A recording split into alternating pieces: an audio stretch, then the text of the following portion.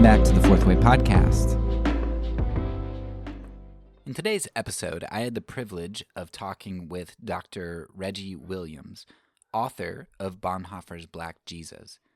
Now, I think this is a really important work because it does something that so often gets overlooked when we have these heroes of the faith or heroes of the nation or whatever, these people who make monumental decisions that happen in a moment but don't come from just a moment. They come from formation over a long period of time. As a cheesy analogy, thinking of a diamond, right, that you see worn on somebody's finger or around somebody's neck, and it's beautiful, but that diamond, the formation of it, to get to the point where you see that glimmer of light reflected off of it, I mean, that moment of beauty is really brought to you by many, many, many lifetimes, years, decades, millennia of formation in seemingly trivial moments of pressure and darkness, right? Well, the same thing is true of people. The monumental decisions that we see people make are done in a moment, but they come from a lifetime of formation. And that is no less true with Dietrich Bonhoeffer. This thing that we praise him for, his stand against the Nazis, was just a fraction of his life. If you take his whole stand, it's about a quarter of his life, which is significant. But even in the war years, when Bonhoeffer was making his stand, most of the moments that he experienced were moments with family and students and fellow disciples of Jesus, laughing, playing the piano, conversing, planning, all kinds of things. And those are the things that shaped Dietrich Bonhoeffer to be able to make those decisions in a moment which we now remember him for. What Dr. Williams is going to argue in his book, and what we're going to discuss here a little bit today, is one of the very formative times in Dietrich Bonhoeffer's life. His time in New York City, not just Union Theological Seminary, because he was actually not too fond of that and had some issues with some of their solely social gospel focus and the lack of theological rigor, but his time in Harlem, his interaction with the Black church and the Black community, which was transformational in his life. Bonhoeffer came over to New York City, somewhat nationalistic, or at least with a strong emphasis on his own people, with somewhat limited experiences, and from a family who was fairly aristocratic, fairly well off. So his time in New York City, particularly in the Black church, where he was able to experience a diversity that he had never really experienced before, and where he was able to experience, or at least see firsthand, the abuse and the oppression of other people, his brothers and sisters in Christ. I mean, that transformed Dietrich Bonhoeffer. In the next couple episodes, we are going to take a look at how Dietrich Bonhoeffer was able to fight off the Nazi propaganda, how he was able to cling to truth and see through a lot of just the terrible ideology that came from the Nazis and from nationalism. But that ability to see through that is going to start here, or at least be significantly formed here in Harlem, where Dietrich Bonhoeffer was discipled. Because as I argued in my discipleship season, it is discipleship which gives us a vision to see. And that can either give us a vision to see what we're indoctrinated with, or it can give us a vision to see truth. And here in Harlem, Dietrich Bonhoeffer was exposed to the true reality of the world, the reality of oppression and evil that exists, but also the reality of the cross, the reality of Jesus present with us, and how we as his community were to be with one another and be the hands and feet of Jesus. And that is going to enable Bonhoeffer, when he gets back, to seek to disciple others and continue to be discipled by what he learned and by the Jesus who is seen in the Sermon on the Mount. This Jesus who is not always easy to follow because he's idealistic. He has these ideals and he demands no compromises. But he is also a Jesus who never leaves us or forsakes us. He is always with us. So hopefully you enjoy this discussion with Dr. Reggie Williams today, and hopefully you go and pick up his book because he gets into a whole lot more than I get into here. Also, check the show notes because Dr. Williams has he was a huge contributor to a documentary on Dietrich Bonhoeffer, and he has provided some ways that we can access that material because it's not quite out yet. So if you go to the links in the show notes, you can find some of Dr. Williams' other interviews and discussions on YouTube, but also you can get access to this documentary on Bonhoeffer. So I think that's all. Without further ado, here is the discussion with Dr. Reggie Williams.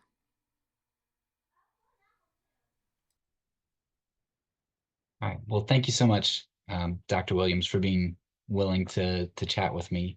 I've been looking forward to this as I was finishing your book, and it's always really exciting to me to be able to talk with the people that I'm reading from, because as much as you write down and as much work as you put into it, there are always so many questions that are yet to be answered. So hopefully we can get to a couple of those things today. But first, I would love for you to introduce yourself and just tell us a little bit about yourself and how you came to study Bonhoeffer. Sure. Nice to meet you. Good to be with you and your listening community. My name is Reggie Williams, and I'm an associate professor of theology at St. Louis University in the city of St. Louis. This is my first semester out here in St. Louis, actually. I've just moved here from Chicago, Illinois, where I was a professor of Christian ethics for the past 12 years. And before that, a year at Baylor University as a Christian ethicist. And before that, I was in Pasadena, California, where I was finishing my degree. In Pasadena, I came to the study of Bonhoeffer because my mentor, Glenn Stassen, made quite a number of Bonhoeffer scholars. He was very interested in and actually a mentee of Dietrich Bonhoeffer posthumously, mentored by Dietrich Bonhoeffer. And Bonhoeffer was very important to him. And he just passed on that love of Bonhoeffer. So that's how that happened. I came to Bonhoeffer studies in my first year of a PhD program. Back in, I want to say, when was that? It took me 4 years to do my degree. It was maybe 2006 or 2006, 2007, something like that, when I first met Bonhoeffer. Actually first started studying him intensively, but I encountered him as an undergrad, much longer ago than that. Yeah. So one of the things that I've really liked about your book, the perspective that you're able to kind of bring to it, is that you really focus on a part of Bonhoeffer's life that I feel you don't get from too many other sources. There are a lot of other sources that kind of they touch on his time in the States, and particularly in Harlem, but they don't really frame that as a pivotal time so much. It's just kind of part of what Bonhoeffer, part of his story. And I don't know, have you seen the new movie by any chance? Yeah. Okay. Yeah, I thought they put a pretty significant amount of time into that, which I thought was great. But essentially, your line of argumentation seems to be that Bonhoeffer's experience in 1930 Harlem, it wasn't just kind of the next step for him, but it was something that was really transformative. And I think before we get into the argumentation of your book, I think what would really be helpful is in order to see that somebody's transformed, you kind of have to know where they were, where they came from. Would you be able to give us just a brief background of who Dietrich Bonhoeffer was when he arrived in Harlem, in New York City at Union Theological? What was he like before the transformation? Sure. That's a great question. Let me begin by saying something to the effect of why that kind of engagement with Bonhoeffer is missed often in the academy. In theological studies, even in our society between Christian communities, things get compartmentalized very easily, very commonly. In fact, they're put in their spaces like a TV dinner in the academy. The peas don't touch the carrots unless they're mixed together intentionally, but the certainly don't touch the steak with its gravy in the tray that it's in. And that's the same way things are in the academy. Dietrich Bonhoeffer is theological thought, German theological thought, and he resides within the classics. But what I have done is taken a look at Black theology, which is the language of Black church. And these spaces, that kind of engagement tends to be with on the recommended reading lists in your theology class, if it shows up there at all. But life is not so easily compartmentalized. His life demonstrates that. He's going to have engagements with different communities, which he did. And this engagement, this crossover between German Theological Academy and a Black church theological academy, if you may call it theological academy at that time, it wasn't in the academy, but it's Black church theological outlook. The social gospel is really what it was. The Black social gospel is where he was moving in and out of, and it had an impact on him. So before he came to the United States, to answer your question, he's one of 8 kids in a very, very wealthy family, a father that's a professor, a psychology professor at the University of Berlin. He's in charge of the Charité Hospital, which is the psychiatric wing of the hospital that's connected to the university. I believe that's, but he's the head of the Charité Hospital there in Berlin, psychology wing of it. And they've got lots of money. They've got, people who manage the meals and cleaning and so forth. And mom did some of the homeschooling. He was homeschooled, but he and his twin sister Sabine and their youngest sister Susanna were homeschooled for a bit, but ended up going to school as well outside of the home, whereas the earlier kids were all completely homeschooled. If I've got that right, that's he's the youngest of 4 boys, and his twin sister is the third of 4 girls. Born April 4th, 1906, into a big family, a very tight-knit family. Now, this is important because he is, in that makeup, the only one who studies theology. They're all very, very bright people, but they weren't raised going to church, and they weren't a church-going family, period. Theirs is a Christianity that was commonly practiced by the upper middle class in Germany.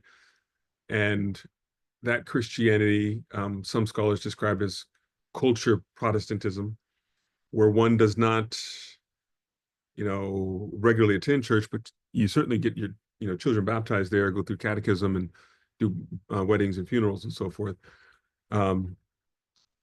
His older brother, Walter, who was the second eldest brother, Carl Friedrich, Walter, then Klaus, then Dietrich. Walter is killed during World War I. From 1914 to 1918, the country was embroiled in a war, the World War I, of course. And Carl Friedrich and Walter went off to fight for Germany. Carl Friedrich came back wounded. Walter was killed. An infection that set in as some shrapnel from a bomb that killed a couple of people in his unit. That death of Walter devastated the family. As you might imagine, to have a sibling die in a tight-knit family was devastating. It changed everybody, really. And it's that moment that Dietrich decided he wanted to study theology, the language of the church, thinking about the afterlife and so forth. That's what changed him at age 13 to become a theologian. And he was a very brilliant kid who stayed on that focus for the rest of his life. And he is trained as a theologian in the period between World War I and World War II, deciding that he wants to be a theologian at age 13, but a year after World War I ends. Goes to Tübingen for a portion of undergrad, finishes that degree, undergrad and PhD at what is now Humboldt University. Friedrich Wilhelm became Humboldt University. And in that period of time, Germany is suffering from quite a number of things related to the war. Rampant inflation, there's hunger. He describes eating bread made from sawdust and flour. This is a wealthy family. Imagine what the middle class and the poor were feeling. People wearing clothes made of paper and cloth, in addition to the what will be the Great Depression that hits in 1930. Allies had placed an embargo on the country after 1919. I mean, during the war. They placed an embargo there that didn't allow some goods to come into the country, so they were really struggling. And it's in this period that he is developing his theology, learning, becoming a theologian in the World War I period, thinking about the fall of their country, thinking about war losses and the death that has made its way into nearly everyone's house, missing the earlier periods of a great country and of a close-knit family. He heads to Barcelona, Spain, after he completes his dissertation. He's a vicariate, you might say, somewhat of an associate pastor for an expatriate congregation in Barcelona, Spain. And you can hear some of this longing in him there, where he preaches about 20 sermons or so and does 3 academic lectures, one of them called Basic Questions of a Christian Ethic. You hear this longing in him, talking about being, his allegiance to his people, to his folk, which is a very common German theme at that time, folkishness. It's an ethnic pride, sort of, and the revitalization of his people and fighting for his people. Love for his people can sanctify murder, can sanctify war, these grandiose terms. And in that longing for pre-war greatness, there's also some melancholy, some malaise. He would like to have a theology that matters for daily life. The church to have a response to the suffering that people are going through, the hunger, the hopelessness. Does the church speak in any way to these things? Academic theology doesn't have the answers for him as he's currently contrived it, as he's currently experienced it. He finishes his it's called a habilitation in Germany that qualifies one for teaching at the university. We describe it as something of a second dissertation. We don't have that requirement in the States. Germany is requirement. Finishes his habilitation at age 24. Dissertation completed at age 21. The habilitation at age 24. Inaugural lecture. The title is called, he gets the title private docent, which means he's finished his habilitation. But he's too young to be ordained in the church. He had to be 25 for that. But he qualifies to be a professor with his habilitation done.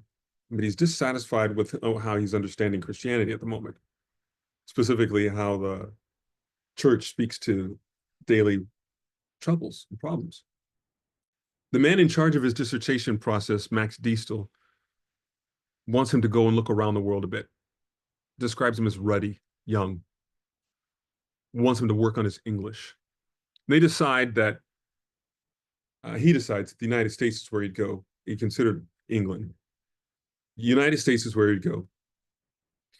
And for Bonhoeffer, New York is where he chooses, not Harvard, not Princeton, Yale, any of these kinds of schools. His brother had done some work at Harvard, and they offered him a position, because eldest brother offered him a faculty position at Harvard. He chose not to do that. But that was all on the table for him, of course. Settles on Union in New York. Union is a bigger place for learning. New York is a bigger place for learning than the seminary. And that's when he goes to New York looking for, as he describes it, a cloud of witnesses for the struggle and the complexity that he's experiencing in Germany. That's when he arrives in the fall of 1930 as what's called a Sloan Fellow. They had developed a fellowship for 3 European students there, where they would usually come and get a Bachelor of Divinity, which is our equivalent of a Master's of Divinity today, after 1 year of study and head back to their home country. Well, there's a German one, a Swiss one, and a French one in Bonhoeffer's year. The German one already had a dissertation and habilitation shift done. He didn't need more study, but he comes there to investigate, looking for something. And that's the condition we find him in at age 24 in the fall of 1930 at Union Seminary. Yeah, thank you. Mm-hmm.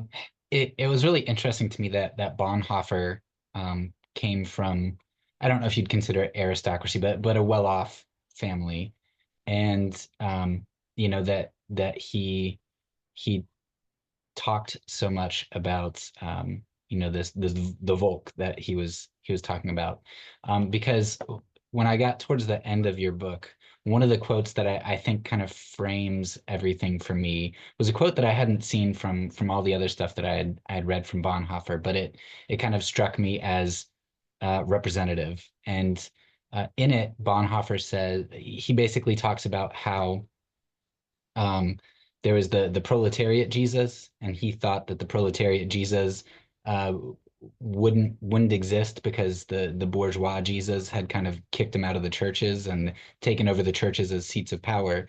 And Bonhoeffer says, quote, "When the proletariat says that Jesus is a good human being, it means more than the bourgeoisie means when it says that Jesus is God. Jesus is present in the factory halls as a worker among workers. He stands beside members of the proletariat as a fighter in their ranks against the capitalist enemy," end quote. And so I think that's really powerful to me, because it encapsulates what I think you're arguing that Bonhoeffer learned in Harlem, that there is a Jesus who can't be found in academia, but can only be found on the streets. And like that right there just encapsulates what I envision as Bonhoeffer's transformation. So I would love for you to explain, when you've got Bonhoeffer, this young seeker, this green theologian, not like he's very bright, but he's not worldly wise yet per se. How does he get from that questioning kid in 1930 to saying this only 3 years later in his Christology lectures? Yeah, I love that quote. I was so moved when I came across that while I was studying years ago. Um, so first, yeah, he is aristocracy. His mother is aristocracy. Paula von Hayes comes from German aristocracy, but his father is among the Bildungsbürgertum, which is the upper middle class, educated upper middle class. They see themselves as responsible for the maintenance of German culture and society by way of education and the arts, specifically.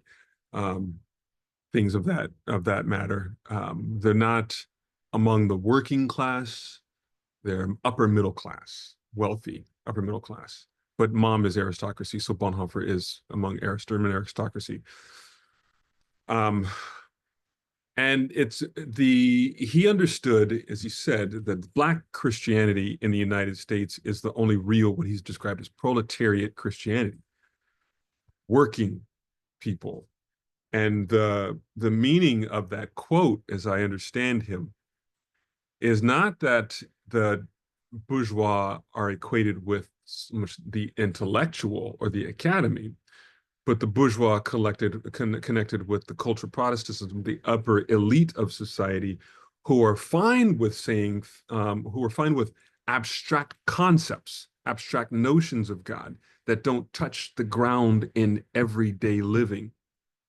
But among the one of the things that he was looking for in his cloud of witnesses were people whose whole bodies were under the gospel, the claims and the demands of the gospel. Not these people who can compartmentalize Christ, part of culture, but not in the day-to-day of my engagements with my neighbor, and the mundane things of life. Later, in the Christology lectures that go by the title Christ the Center, he's speaking of Christ at the center of our existence. Later in the prison, when he's in prison, he's talking about religionless Christianity in a world come of age, Christ who's not pushed to the margins of society, but that's at the center of our daily existence. How do you recognize Christ in the daily encounter with your neighbor and with all of your ongoing, existence, where your whole being and all of your life are under the demands of the gospel? That's not abstract. To say that Jesus is a good man is to recognize that person in the day-to-day of my existence. It's a proximity argument.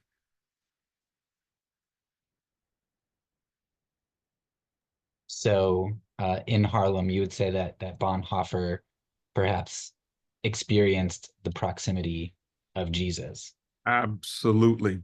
And could you put that in a tangible, like maybe an example, or like how did he experience that differently? In that chapter, I'll do it in this way. In the chapter where I'm speaking that quote, I quote a scholar whom I have a great deal of respect for, a Black woman, Jackie Grant, who talks about how Black women liberate Jesus from the boxes that white theologians have placed him in. To say things like, God is masculine only, the gender box, misses how how women and Black women specifically recognize him in their lives and their day-to-day existence. To say that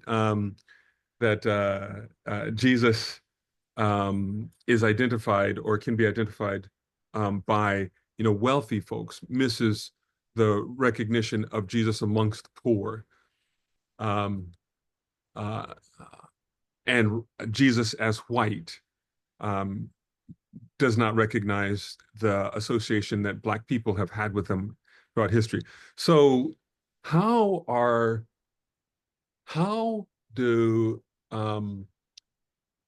people who find themselves under the burden of legalized harm, of financial exploitation, of racial, marginalization, how do they understand the presence of God with them and for them in your average white middle-class evangelical congregation in the United States that may be much more attuned to speaking about life after death and personal piety rather than the day-to-day legal political structures that place restrictions on your life? This is the question that Bonhoeffer, one of the questions that he's getting at. It makes it very easy to compartmentalize one's faith for like moral issues or life after death and not recognize the need that people have for praying for freedom to walk to a grocery store without being harmed, to know where their next meal is coming from, to get up in the day and not be and think about the possibilities that something could be coming their way that would have legal sanction, but physical harm. What would it mean if in Germany, when they had to eat bread mixed with sawdust and flour, they knew how to rely on God for their daily bread and not see that as a social issue, not a gospel issue, which was very common for Lutheran. When he, this is another very concrete example that he faced. While he was in the United States, the case of the Scottsboro Nine was gaining international acclaim. These are 9 Black young men on a train in Alabama. Only, I think, 3 or 4 of them actually knew each other before this happened. But on the train, there was an altercation with, they're in a boxcar. There's an altercation with a couple of white men, young men, between some of the black teens really on the train. And those white young men got off at a stop. And they made some accusations because of that altercation. They made some local accusations with law enforcement about these Black boys on the train having their way with some white girls. That's the accusation historically in the United States that's sent white mobs after Black people, lynching Black men in droves, and by the thousands actually in the United States. So at another stop, there were people there waiting for them. To make a long story short, these young men who didn't know each other beforehand were sentenced to death, rushed through trial and sentenced to death for raping a white woman. Everybody around saw how foolish and unjust that was. Dietrich hears about that in that year, writes back home, because the churches are praying about it. The NAACP is very involved in it, especially the churches that he's at, the church that he's at, Abyssinian Baptist, writes home for them to join in the international furor over what's happened here. Gets a letter back. That's a social issue. It's not a gospel issue. And the church is to be involved in in gospel matters only, not legal and social matters.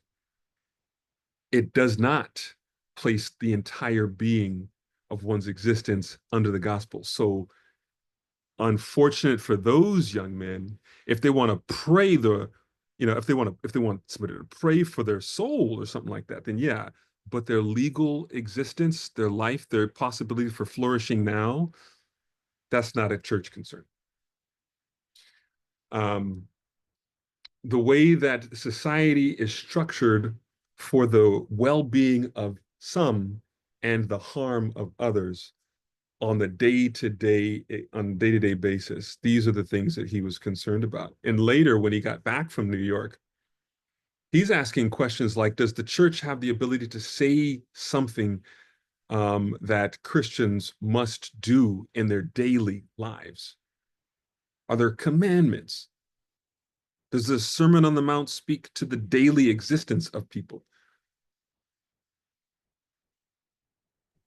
Yeah, I think that word compartmentalization that you used, that actually, when you said it, that ties in with 2 of the other questions that I have for you. I think it's a really big theme in Christendom as a whole. I think it's a human tendency, but one of the places that you bring it up quite a bit is when you talk about what is it, the theology of the cross and the theology of glory. And there's that compartmentalization there, or you talk about it.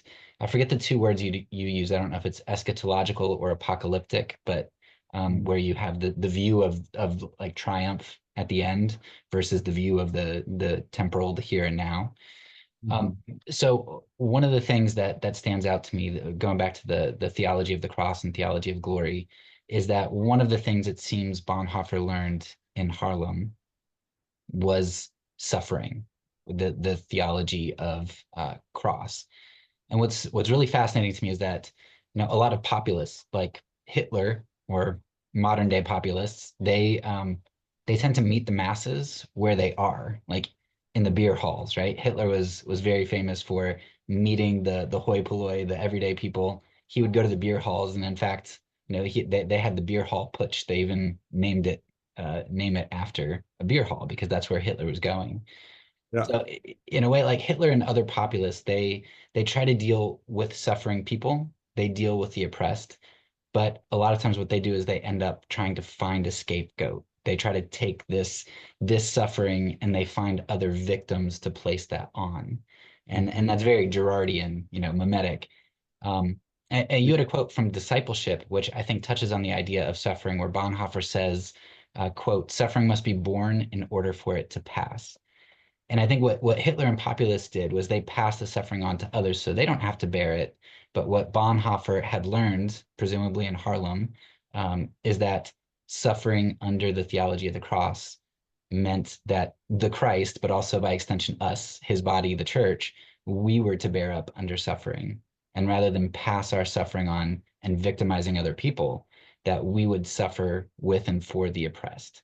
So I would love for you to talk about the rich theology of suffering. I know James Cone and other people have talked about this as well, seeing Christ, in the lynching tree and everything. What did Bonhoeffer presumably learn? What can the Black community teach us? What did Harlem teach him in regard to suffering and theology of the cross and throwing off that compartmentalization? Yeah. So one thing, first, suffering is not something to be celebrated.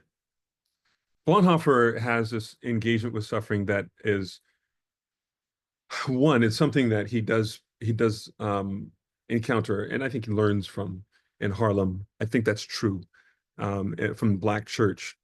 But we see things through the lenses provided for us by our formation, and it's no different with him.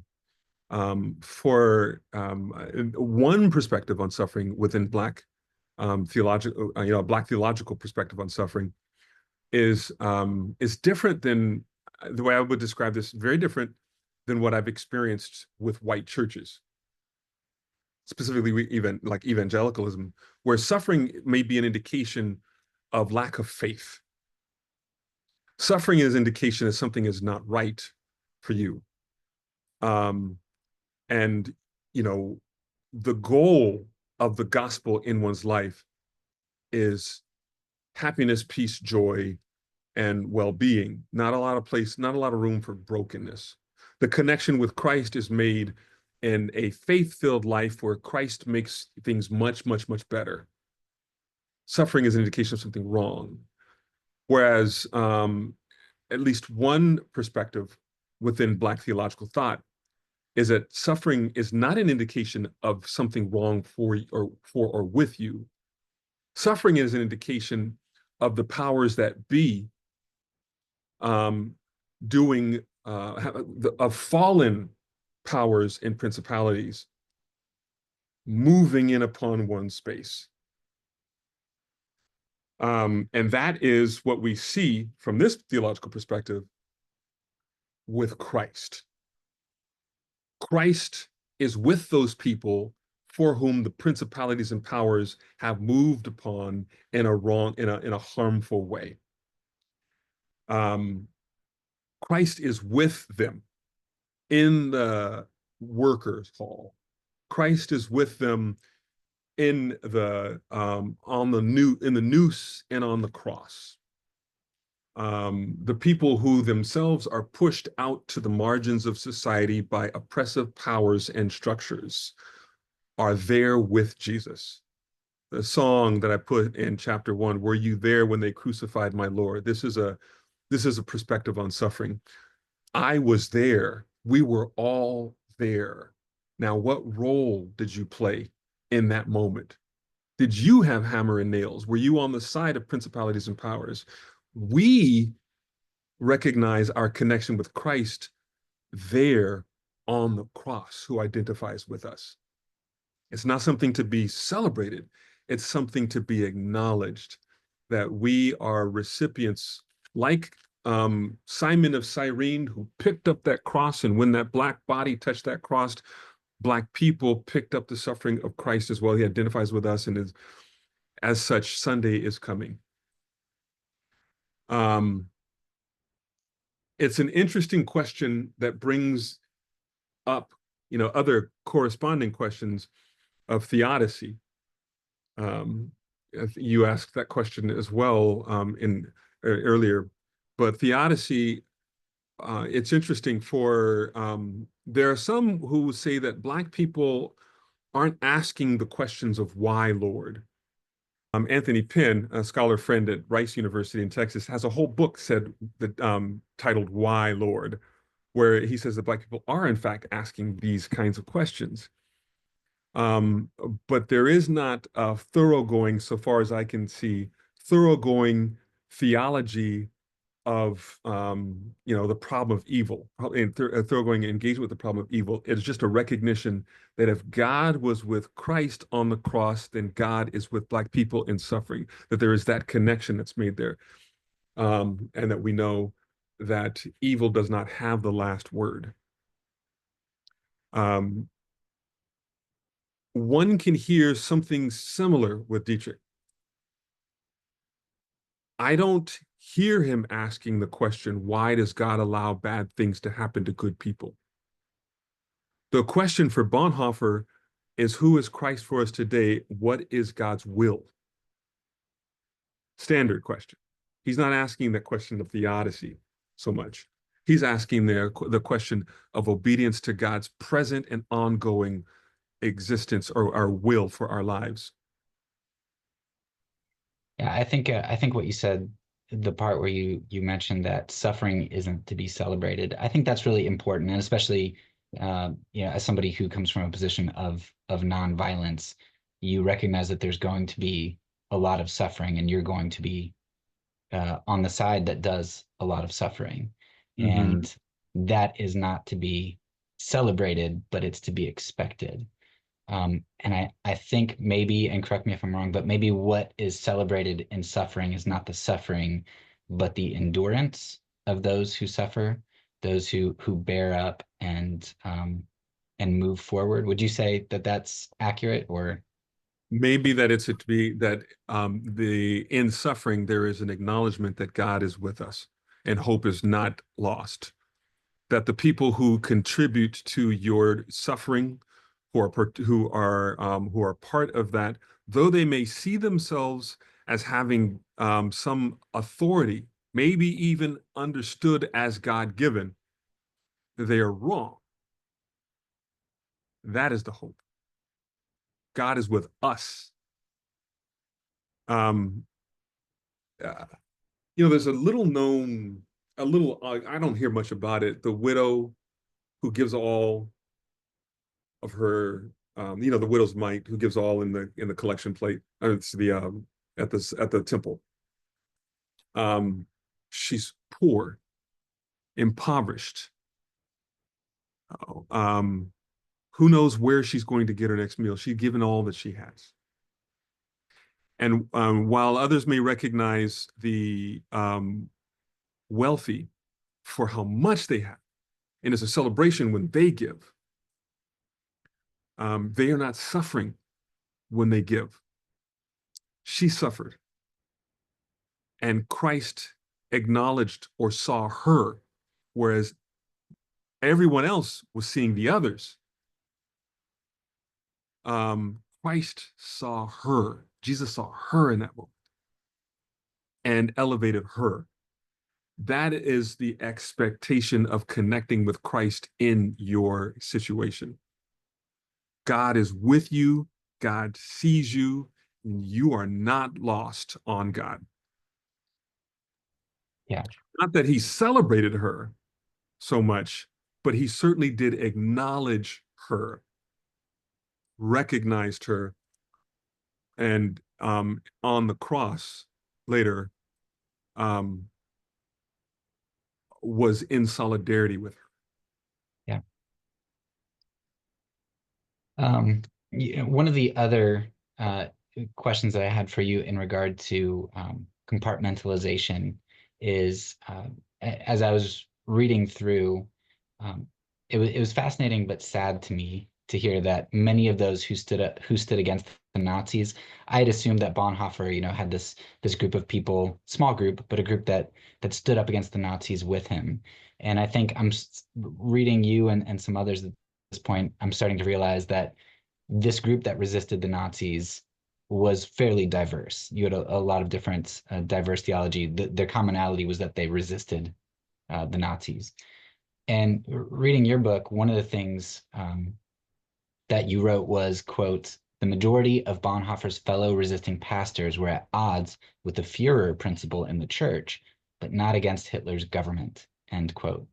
And so the way that I read that is essentially that these resistors, a lot of the resistors, along with Bonhoeffer, they didn't want the Nazis to encroach on their power structure inside the church. They didn't want to be imposed upon by the government in their domain, but they didn't so much mind what the government was doing in order to make Germany great again. Or like somebody like Niemöller, maybe he wasn't wild about it, but he went along with it um, for a bit. And so it's like they wanted power in both realms. They wanted to keep the power in their church, and they were okay with Germany getting more power because that helped them as well. Um, and so Bonhoeffer even questioned, you mentioned that he questioned whether he was on the right path because he said there were so many other people that he respected that were great, great people that just disagreed with him. And Bonhoeffer couldn't sign on with them when they didn't address the Jewish question. And so he felt even at odds with them at times. And that at least seems to me, not being inside the Black church myself, but as someone looking in, it seems to me, if I can try to put myself in their shoes, that after so many years, decades, centuries of hardship, of being at odds with the majority culture, with the broader culture, after continuing to experience hardship, it seems like Bonhoeffer was feeling dejected after a couple of years, after generations of this. How do you endure? And that's something that I just can't wrap my mind around. So do you think there's, with Bonhoeffer going inside of Harlem, do you think that the picture of endurance that they had, the picture of um, not resigned, I can't think of the word, but like determination to move forward. Did he learn anything about that in order for his resolve to continue on the path when he felt like nobody else was on the path with him? There's a lot of moving parts in what you were just saying. Let me see here. Bonhoeffer's resolve. Let's hold that in tension for a moment, and go back for a second to what was happening in the confessing church movement, in the church struggle. For the Lutheran, the church is the right hand of God. The government is the left hand of God. There's space for both of them. They don't mix. The Führer principle was an attempt to mix those spaces and make Hitler the head of the church. There wasn't so much, on one hand, one might say that it wasn't so much that they wanted to hold their own power as much as they're being good Lutherans, and the two kingdoms must stay separate. The two realms must stay separate. That is a theological claim, a Lutheran theological claim. And the good Lutheran Nazi supporters wanted those spaces held separately. The steak with its juice doesn't touch the peas and carrots in the tray, in the TV tray. They keep their separate spaces. But they were supportive otherwise. Dietrich was not supportive of the Nazis. And he was more concerned than just the church-state separation. He was also concerned about the way that the Jews were being treated by this government.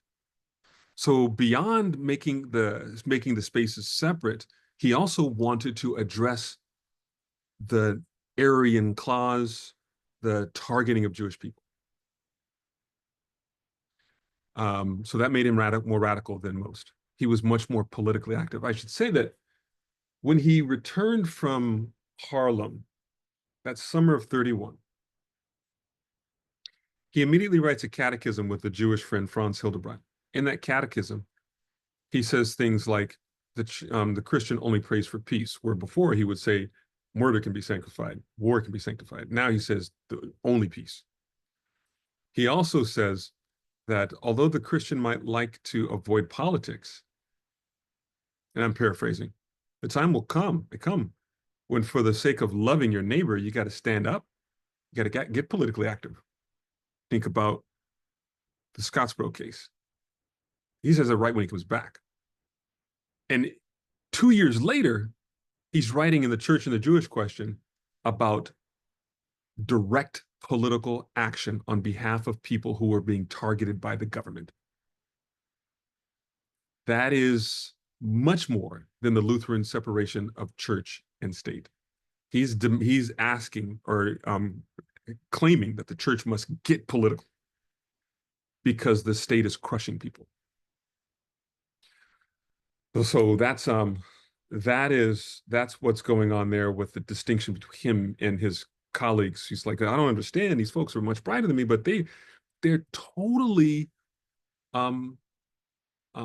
inactive or unconcerned when it comes to the government's engagement with targeted people.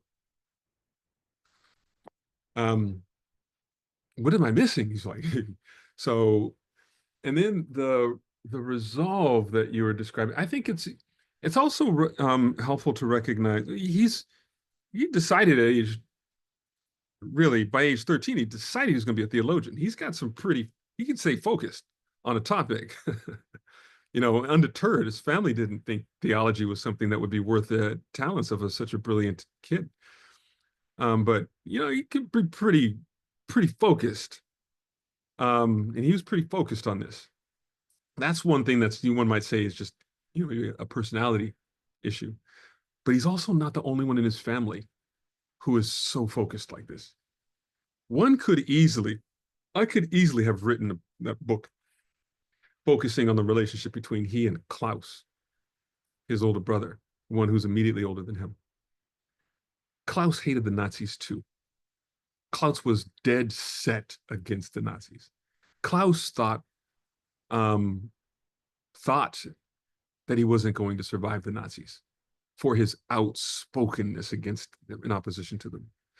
And in fact, Klaus was also killed by the Nazis.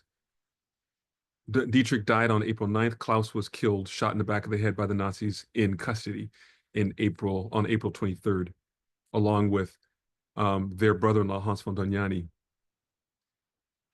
So his family was dead set against the Nazis as well. That's important to recognize. Wow, that's amazing. I didn't realize that those two were executed as well. And you said his family was not religious. So where did they find their grounding? Like what motivated them? What community?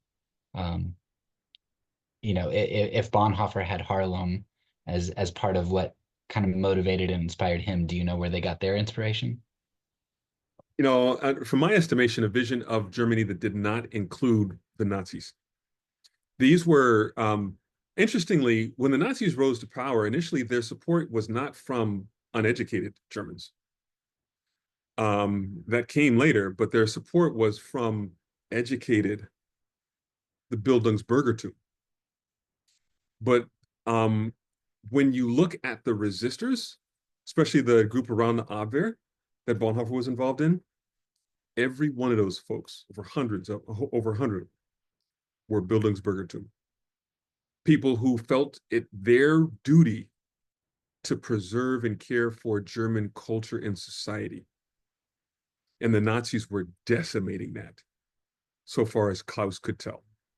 He wrote a letter to Dietrich while Dietrich was in New York still, that if this movement continues to pick up a momentum, it'll be all over for this nation of intellectuals and poets.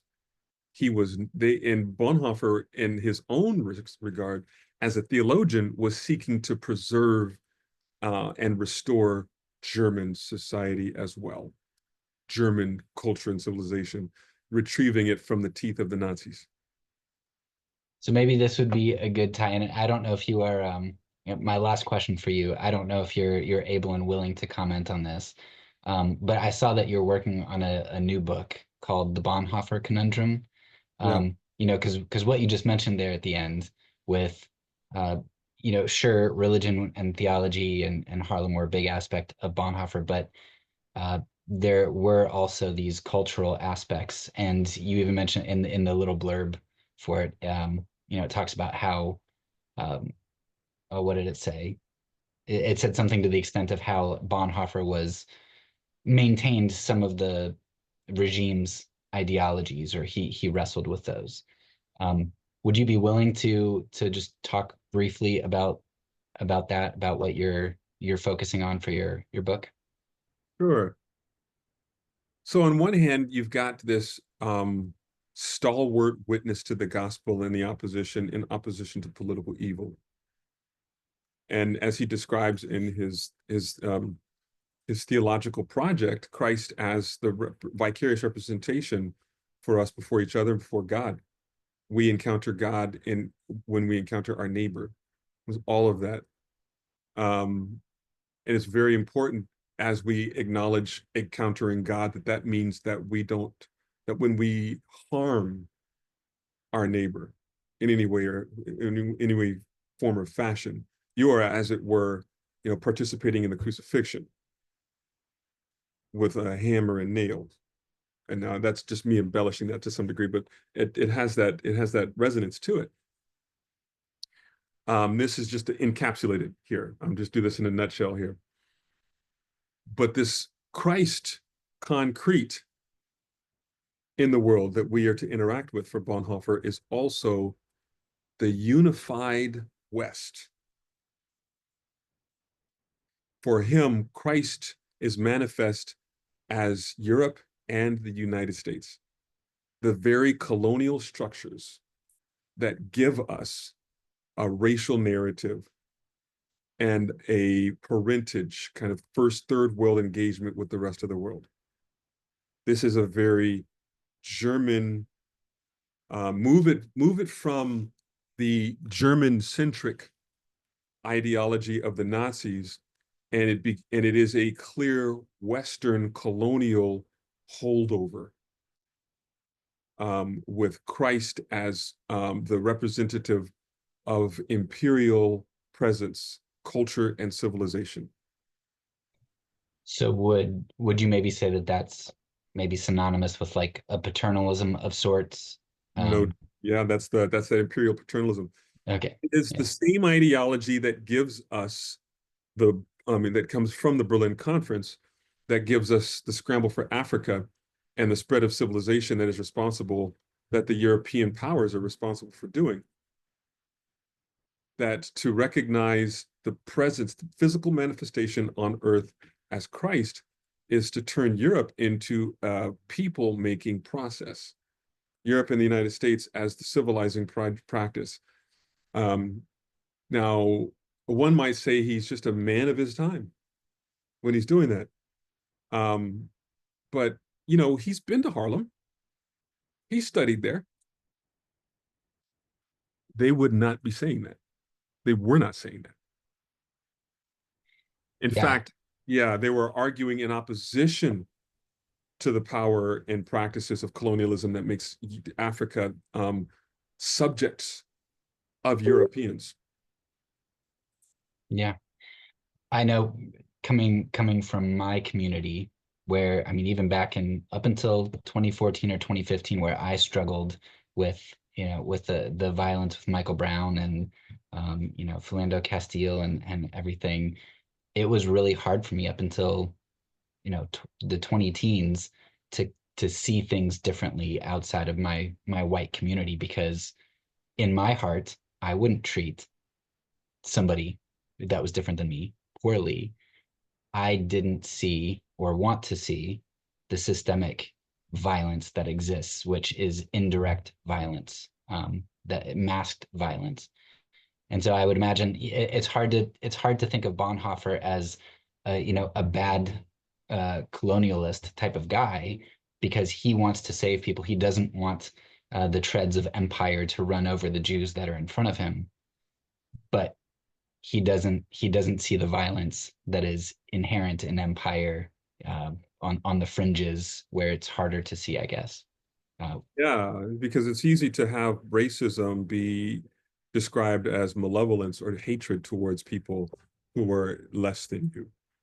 But when you recognize that the claims of hierarchy include be nice to the people who are less than you, that the Nazis are eradicating and mean and awful, but those of us who are responsible for the maintenance of culture and civilization and parentage of the lesser civilizations and lesser people should be kind, not mean, is also white supremacy. Yeah. So you've got a complicated Christian engagement with fascism in Dietrich, where there's a lot to learn from him, but there's also a whole lot to confront him on. Yeah, I think that's a great place to end, because I did a whole season on propaganda, and one of the things that I learned is that when you have a simple narrative, it's usually propaganda, because there's complexity in everything, and when there's a single narrative, it's a controlled narrative. And to understand that Dietrich Bonhoeffer made some great choices, did some commendable things, but he was he was a human who dealt with sin as well. I think that's important. Yep, very important. Well, I appreciate your time. Is there anything you want to plug or anything else you want to add that you think was missed? Well, I want to add that I have a documentary that I co-produced with a very dear German friend. It's called The Cloud of Witnesses, and it's a very helpful supplement to, people are willing to watch the movie, which they should, but to hear from German and U.S. scholars, which I have some very, very good ones in the documentary, who are speaking in depth about and in detail. It's about an hour long, about Bonhoeffer's experience in Harlem and how it affected him. It's more than just me, although it's based on the research that I did, but these are scholars who are speaking their own voice, including Frank Fisher's grandson, who's a professor at Columbia University, the late Calvin Butts of Abyssinian Baptist Church, Ferdinand Schlingenzieper, co-founder of the International Dietrich Bonhoeffer Society, Professor Jutta Kozlowski, who is a German scholar who does a lot of work on Bonhoeffer's family, brilliant work. Alan Busak from South Africa. We got South African scholars, John DeGrucci and so forth, U.S. scholars and German scholars. The documentary is called The Cloud of Witnesses. And where can you access it? Well, I'll send you a link. I'll send you a Okay. link. Right now, we're setting up the permanent streaming platform, but to get it at the moment is to contact my co-producer in Germany. He's the son of the co-founder of the Bonhoeffer Society. Okay. I'll send you. That'd be great. Well, All thank right. you again. I appreciate your valuable time, and it meant a lot, and it helped a lot. Thank you for having me. That's all for now. So peace, and because I'm a pacifist, when I say it, I mean it.